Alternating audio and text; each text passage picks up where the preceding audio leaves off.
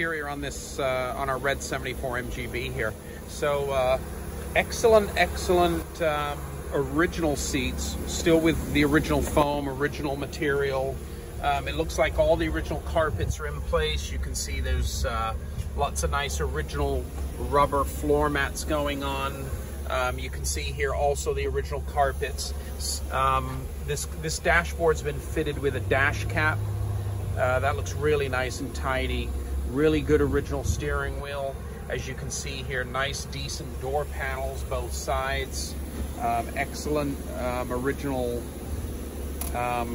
passenger seat, really nice console.